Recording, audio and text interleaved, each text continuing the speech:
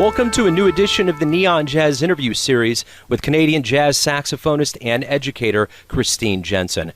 Over the course of our conversation, she talked about growing up in the same town that Diana Krall did, gigging with her sister, trumpeter Ingrid Jensen, what has been going on lately in a very busy and packed schedule, why she loves jazz, and what her teaching philosophy is, along with many more surprises. Please dig this interview, my friends. How are you? I'm good. How are you? I'm great. Thank you for taking some time to talk to me today. I really appreciate it. No problem. I'm going to start off here and ask, what has been going on with you lately? Wow, a lot of finishes and starts in my life, I guess. I toured my second big band recording all summer in Canada and the U.S., and that was a pretty major undertaking with 20 musicians. And then went into the studio to record with Ben Monder and my sister Ingrid Jensen on trumpet. And now I am currently working quite a lot at McGill University teaching composition, heading into some other concerts coming up. Before I stray too far here, talk to me about your sister, what it's like to perform with her, and how often do you perform with her? There can be some times where we don't see each other for very, very much, but in general, every month we get together and we have some sort of concert we're working on together or gig somewhere in the world that we meet up at. Sometimes that we actually don't meet in each other's cities, but we meet everywhere else while we're touring. So let me talk to you about, you were born in British Columbia and raised in, is it Nanaimo? Nanaimo, BC. Nanaimo. What was it like to grow up in that area? And it mentions that there's some really big jazz musicians that are from the same area, like Phil Dwyer and Diana Krall. What was it like to grow up there? Oh, it was exactly that. I mean, I grew up behind them, so like 3 or 4 years behind those two players, and it was actually very inspiring to watch their careers take off at young ages, and I think it just made it seem not like so far off in the distant future that I would be able to probably pursue the sounds that they were pursuing. I mean, it just made so much sense to be thinking about rhythm sections that swing and all these things that happen because the talent that was in Nanaimo was drawing in some major players to accompany them at times. So it was really fun that way. What was it like about that area that lent you and lent these musicians to appreciate music? Was there something about the scene? And what was it? What do you think it was? Well, first of all, probably it started in my own home with our mother. Ingrid and I had a mother that was full of sounds with listening to music by piano players and then by big bands and also classical music. So we heard a lot of piano trio in the house, from Oscar Peterson to George Shearing to Marion McPartland. It was always on around us. It was her favorite music to unwind to. And then on top of that, we had really some great music teachers that were also players, and they liked to have jams and have a scene happening around us in a pretty small place that was disconnected from the mainland, actually. So that part was really neat. When you were a kid, what did you want to be when you grew up? I thought I would be a music teacher, actually. And I don't know if that's still true or not, but more so I am into creating music and creating projects that reflect a certain point in my life that I'm working on.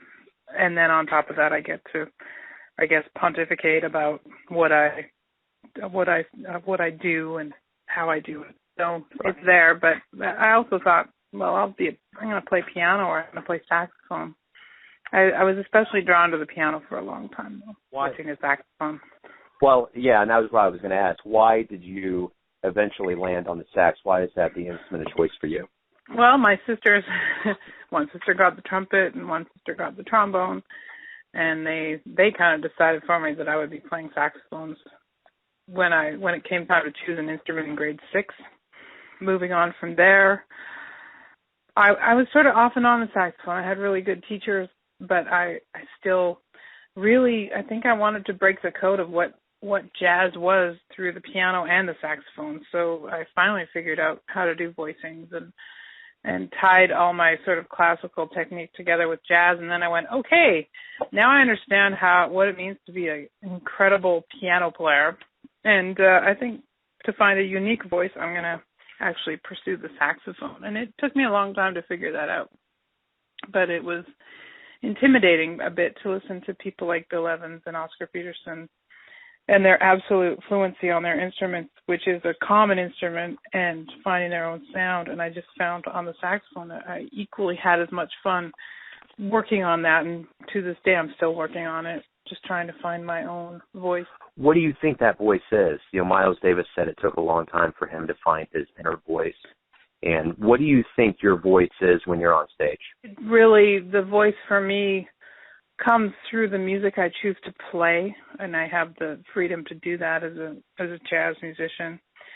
And also just combining all the practicing through the years or days or hours. I mean, it comes into a moment when you're on stage, and hopefully it's reflected in my performance that I've been, honing my skills on this instrument, but also adding my own voice, which will be the artistry to the instrument for me. Talk to me a little bit about your education. McGill University, you graduated in jazz performance in '94, and then got your master's in 2006. What has been the biggest benefits for you being in a classroom learning about jazz? I think it's the classroom. It's fortunate and unfortunate, but it's kind of becoming the new utopian community for musicians to meet and to create their community. And I think my big band albums really reflect it, because a lot of the musicians on those albums I worked with since being at McGill. It's really an intense environment. It's definitely becoming more elite and more of an establishment of where, so I'm not going to say all jazz, but a lot of jazz musicians are able to find their ground and figure out how to navigate this crazy world of music that we're in right now.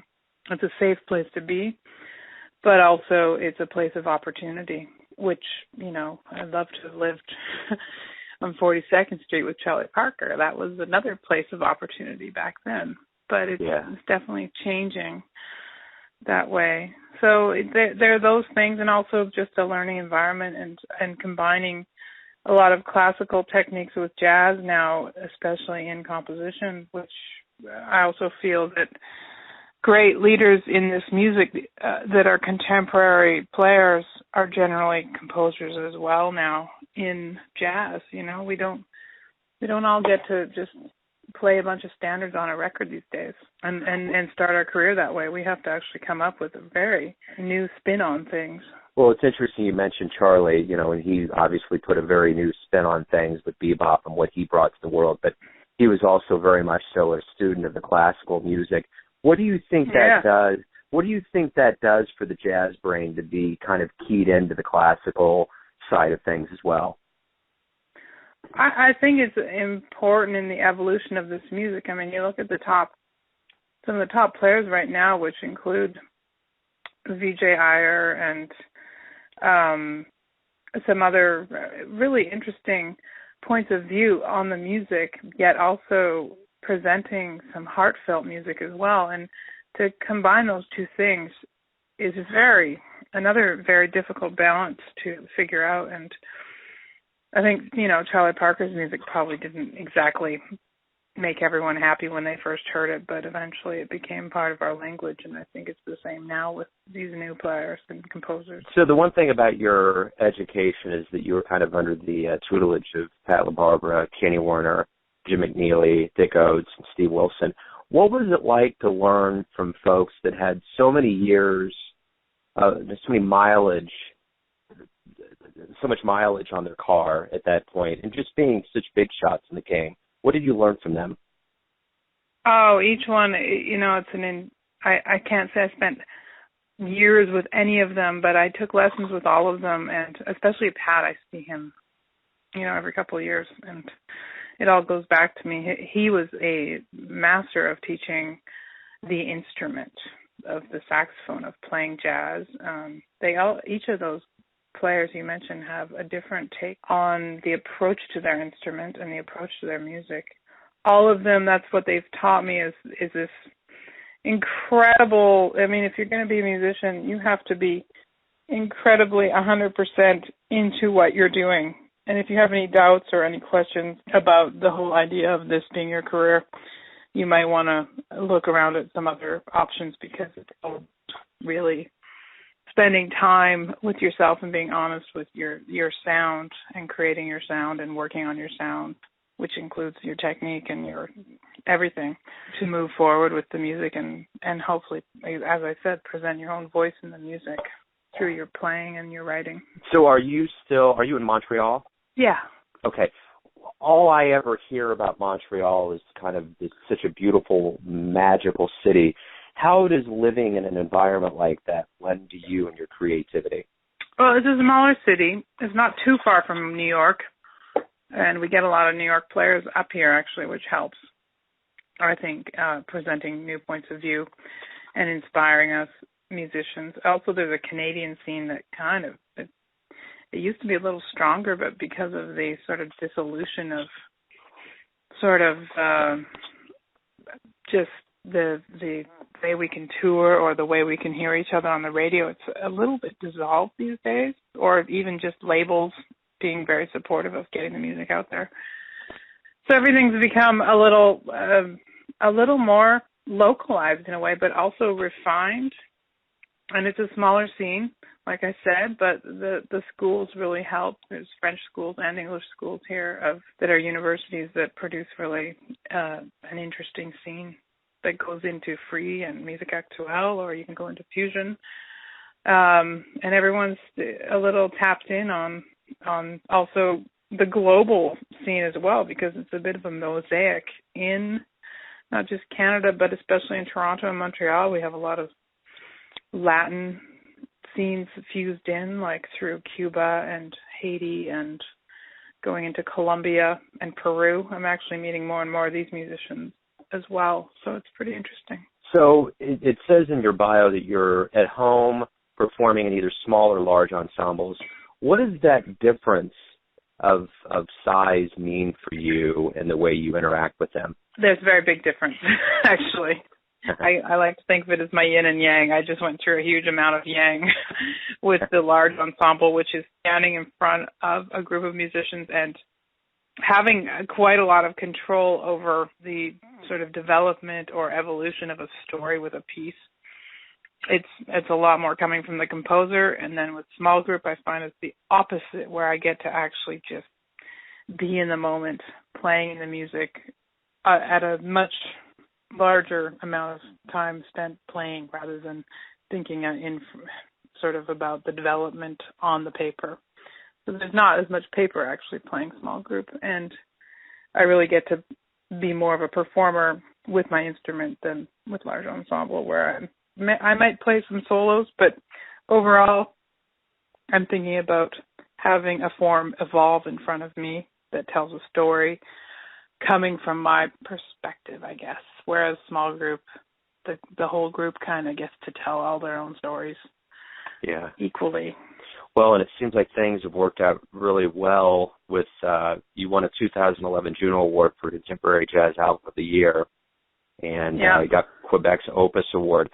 What is it like to have the industry recognize you for doing what you do? It's always a bit of a surprise, I guess. I was really happy, actually, more so with the fact that my music got across the border and into the United States a little bit more, especially, not that I want universities to be the only ones interested, but there seems to be a lot of interest, again, on the more arranged and orchestrated music that I do in the universities, because it gives them the option of playing my music as well. So that was really neat, and just the attention I got from the media in the States from those two albums, it kind of definitely was a bit surprising, but also very rewarding to feel that. And in Canada, it's great too. I mean, it's a really small country compared to the States. So to be able to just, it's a stretched out small country. So getting your music from point A to point B can be just as challenging here. Well, I can say from the home of Charlie Parker here in Kansas City, we're pretty good about spinning a lot of Canadian jazz artists. And I'm wondering because I know I really kind of have gotten involved with the Canadian jazz scene because of the internet. Do you see that in this day and era with the ease and access to the internet that things have gotten, exposure has gotten a little bit more widespread, or what do you think it is? Yeah, I think so. I mean, it's very hard to describe. Like 20 years ago, everything was so controlled by the labels, how you got to hear the music. You know, you went to the record store and you got to hear the CD spinning on the stand. And then you got to go to the club and hear the band play. And now it's more, there's just so much choice out there for us to figure out what we want to do. But it all breaks down to the community around you and what it's supporting. So yay to Kansas City for that, because it sounds like, you know, you're able to check out the world from where you are. And I do think that's happening a little more through podcasts and through the internet and through CD Baby and all these things. Yeah, making everything a little bit more of a global village of jazz goods. So let me ask you this, as a clinician and an instructor at McGill, and just being a teacher, tell me what your philosophy is on teaching jazz. Well, that's a loaded question, but I think it comes back to some of the things I've mentioned before about if you really, really want it, you are going to dedicate your life to this music. And in order to do that, I am there to help facilitate as much as I can. Maybe I offer my own unique point of view. I'm not really an educator first. I'm more of a musician that is able to hopefully get my thoughts out to my students in a way that inspires them to move forward. And that generally just means listening to a lot of music and not just jazz. I'm trying to emulate and then trying to, hopefully the emulation turns into their own voice. So you've obviously had really good teachers in your life. Who would you say is... Yeah, I've had too many. Well, that's a good problem to have. Yeah, it's a good problem. Who has been the most profound teacher in your life? I would say my first saxophone teacher was someone who was knocking on my very thick skull at the time about what I need to work on and practice and become disciplined with, because it really comes down to the beginnings being very disciplined in just getting around your instrument. And once you've finished that, you have a bit more freedom to explore and create. I aside from my first teacher, Steve Jones, I would say Jim McNeely is a rocking influence on me because of his way of teaching me how to tell a story with my music, which I don't think I understood exactly until I had some lessons with him. Yeah. And then these other saxophone players, they're all amazing. Dick Oates, just amazing. Yeah. Talk about the sort of successor on the alto saxophone to taking it to another level. But I would say Dick is one of the greatest alto players living right now. The one question I was going to ask you was, is there an album, a jazz album that you listen to that really kind of parted the curtains for you? But in your bio, you say you were freaked out over Oscar Peterson and Bill Evans. They gave you kind of an epiphany as a teenager. Talk to me about what those two did, and was there an album or was it just their body of work? There probably was an album, actually. Actually, with Bill Evans, this is the weird thing. As a child, well, I was probably 1981, that was near the end of Bill's career, and my sister brought him the album We Will Meet Again, which had her favorite trumpet player at the time, Tom Harrell, on it. And for me, I was just blown away by that album with the absolute lyricism of each track, and also the kind of sound from that unique blend of musicians, because it was actually a quintet recording. And it drew me into all of Bill's library right away, and his mastery of the sort of traditional songbook repertoire and what he did with it. So that album, for sure.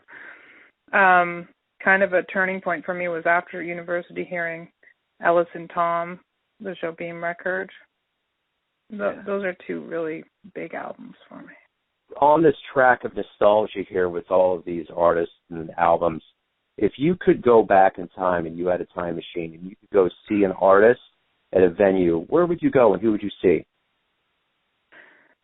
Oh, that's a tough one. I got to see Miles before he died, and I would probably like to maybe hear, gosh, that's tough.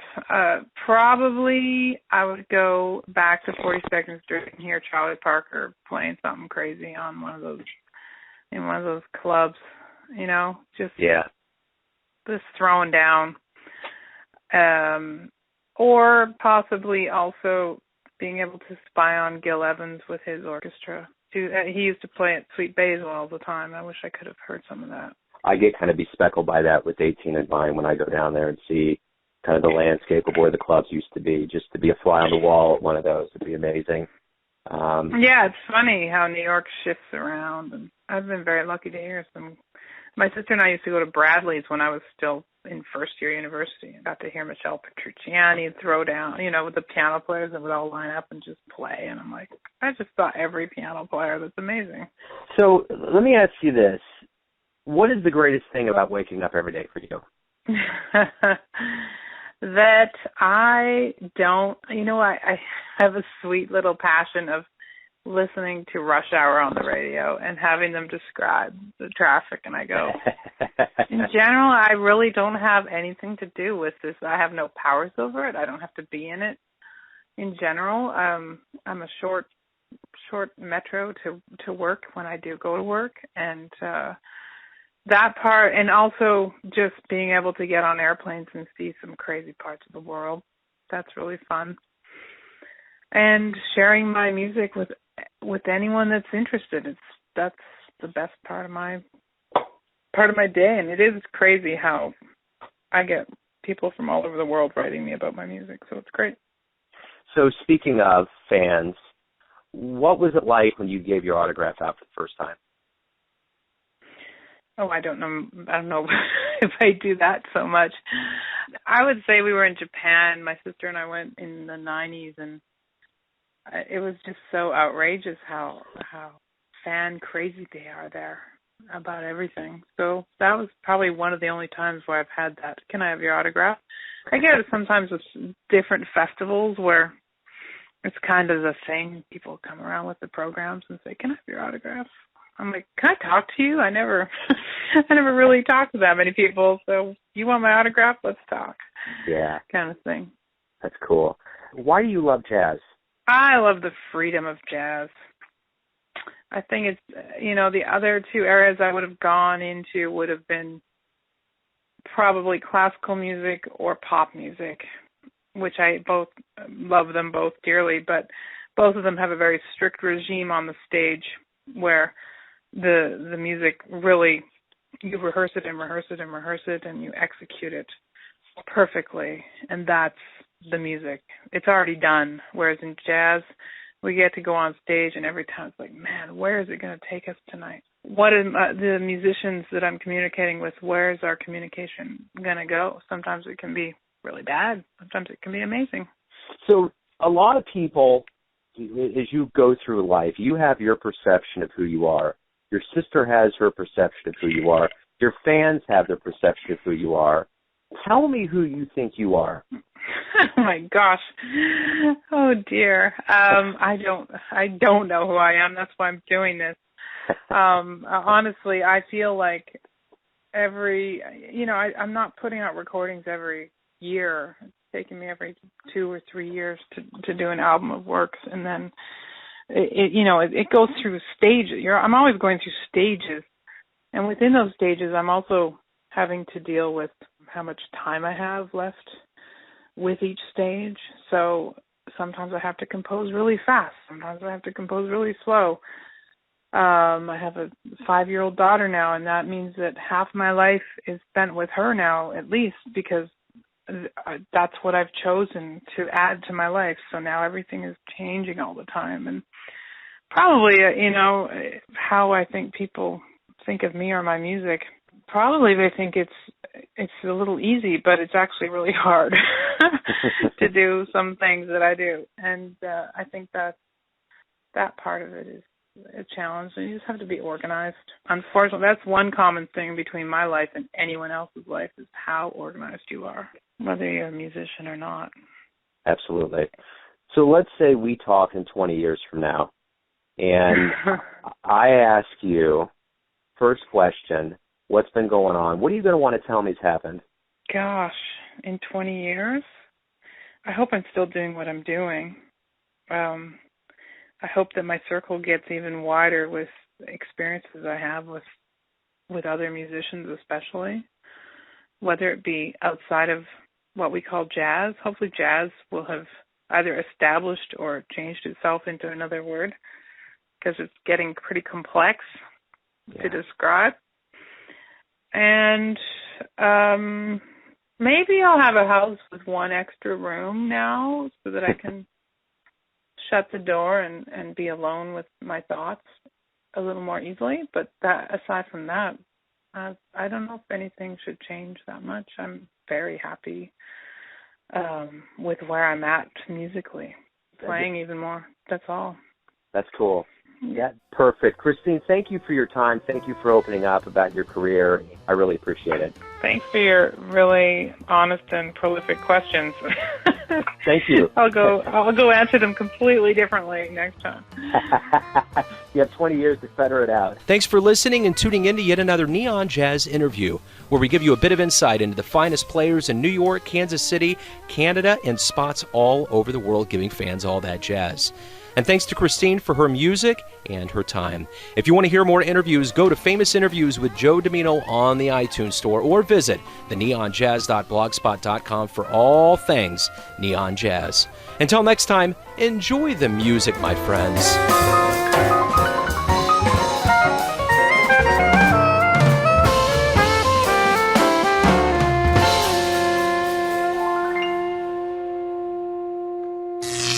Neon Jazz.